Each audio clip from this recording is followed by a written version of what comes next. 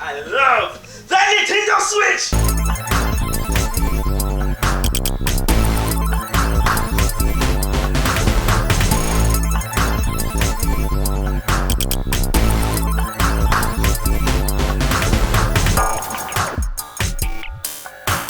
Hello YouTube, it is your boy QKG, and today, man, we are getting down with a game your boy had to dissect because I heard so much stuff on the internet from this game being pay to win to it being just awful or it being the best thing since sliced bread. That is Pokemon Unite, which launched exclusively on the Nintendo Switch on July 21st, 2021, and is actually coming to mobile platforms the end of this year, but they haven't been completely concrete on that date.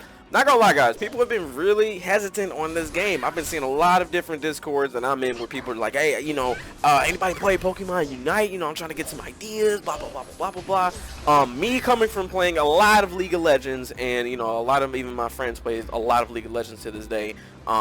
It's mainly a game for me that I've already had an understanding of how mobiles work, and then seeing that Pokemon formula being utilized, I was kind of like, alright, I'm kind of interested here. But the only thing that had me worried at first was that Tencent made this game, and I remember Arena of Valor coming over to the Nintendo Switch, but now it's starting to feel like maybe that game was more of a test game to see if they would dig a mobile on Switch that has Pokemon characters. But nonetheless, this game seems like it's got a ton of support, it's got a lot, I mean, it has a full Nintendo monster behind of it anyway. So let's just go ahead and dive into it. The thing I love about this game is that it gives you a frame rate option to where you can actually change your frame rate to where if you want to have it as a high frame rate, it's going to consume more battery life. So keep that in mind. So when you actually, if you don't touch the settings at all, it actually puts you straight to 30 FPS in handheld mode, just consume battery life. But when you put it on a dock, you go straight to 60 FPS because you have constant power. So Pokemon Unite is done in a 2-lane system with a center jungle lane that is filled with all wild Pokemon,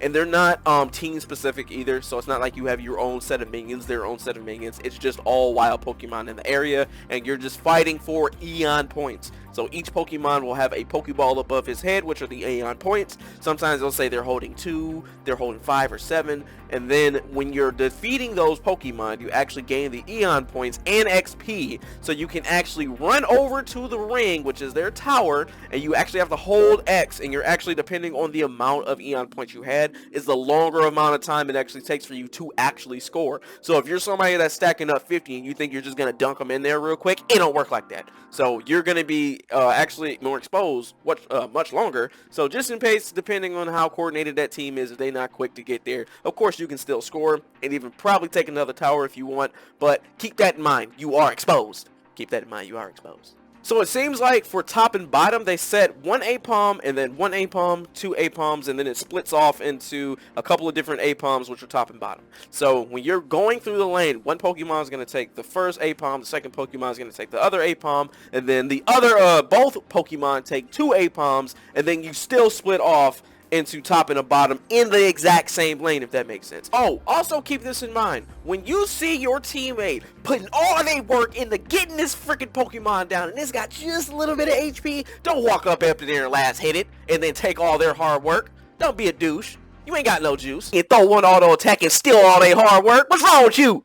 That ain't cool! Then also, each ring has a certain amount of Eon points before it's destroyed. So it has 100 Eon points, and as long as you're dumping in constant points and you're doing pretty well in lane, everyone's coordinated, you're going to be able to push straight through that tower, go to the next tower, blah, blah, blah. So the whole point of the game is you're just trying to score the points. You have to defend your goal and also go on the offense and attack the other team's goal until you have the most points, and you have a whopping 10 minutes to do it.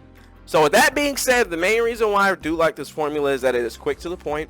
It is a mobile formula that does not take up a lot of time. I don't know if any of you guys have literally played League of Legends, but those games could be anywhere depending if they surrender or not. It could be 20 minutes at the quickest when they actually surrender, like 25-ish minutes. Or it can literally go into an hour and a half, depending on how literally neck and neck it is in score with each team. So the fact that they make it quick to the point, same thing with ranked. 10 minutes, same concept, that's it. Of course, there's no free rotation in ranked, but all in all, it's a quick formula, it's to the point, and it's something that doesn't take up a lot of time, and it still gets that competitive itch scratched. I just don't get why so many people were quick to either trash this game or they were quick to just say it's pay to win, and that's something that I'm going to answer for you right now. This game is not pay to win. There's a distinct difference. Here's what I'm going to explain to you. The reason why people were saying, oh, it's pay to win, blah, blah, blah. One, you can't say, oh, it's just because of the Pokemon, because you can earn those with in-game currency, big whoop-de-doo, and there's a free character rotation. So half the time you don't really have to buy any characters until you're trying out all the other ones. Second, the thing that people were making a big deal about were the held items, because they were like, oh, you can upgrade these items and blah, blah, blah. You get such an advantage. Here's the thing, though. The thing that does not make this pay to win is the only way you get those items is by playing the game and unlocking them through challenges by playing the game. And then when you get those actual items, the only way you can upgrade them is by using these Eon points that you get, which is earned by playing the game. And then also when you go to upgrade them, you'll dump a bunch of points in there. You can have 1,000 points. You think, oh, I'm gonna get such a big difference. It's probably by a good like 2%. Literally a good like maybe 2%, 3%. I don't know the max right now. I haven't got to the max yet, but I've dumped a bunch of points and I got a lot of either grade 11 or 12 items right now. And they're probably about a good like 2.5%. So it's not a big difference, and it's not pay to win.